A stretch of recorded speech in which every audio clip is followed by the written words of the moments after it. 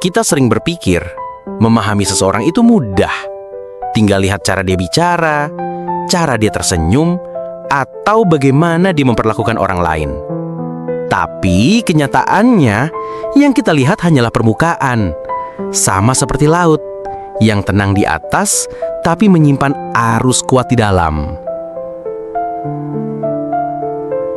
Lapisan yang tak terlihat. Setiap orang membawa cerita yang tidak pernah dia ceritakan. Ada luka yang dia tutup rapat. Ada mimpi yang pernah dia lepaskan karena keadaan.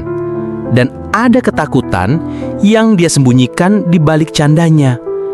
Memahami seseorang berarti berani mengakui bahwa kita mungkin tidak tahu segalanya tentang dia. Bahkan kalau dia adalah orang yang kita temui setiap hari. Bahasa yang tak diucapkan. Orang jarang mengatakan apa yang sebenarnya mereka rasakan. Bukan karena mau berbohong, tapi karena takut tidak dimengerti. Jadi mereka memilih diam.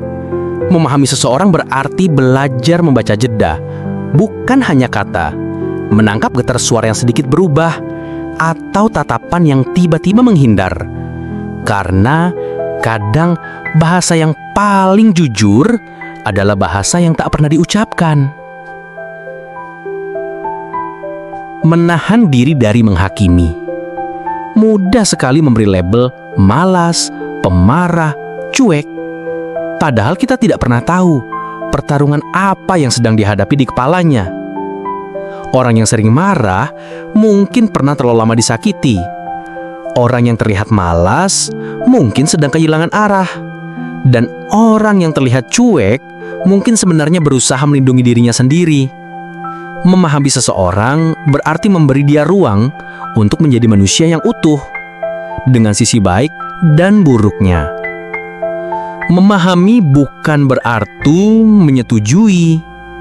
Memahami seseorang bukan berarti membenarkan semua yang dia lakukan, tapi mau melihat alasannya sebelum menilai tindakannya. Mau mendengar ceritanya sebelum memutuskan sikap kita. Karena di dunia yang sibuk menghakimi, orang yang mau mengerti adalah langka. Dan orang yang merasa dimengerti akan mengingatnya seumur hidup. Memahami dimulai dari diri sendiri. Pada akhirnya, kita tidak akan pernah benar-benar mengerti orang lain kalau kita sendiri belum mengerti diri kita. Kenapa kita mudah tersinggung? Kenapa kita takut kehilangan? Atau kenapa kita sulit percaya?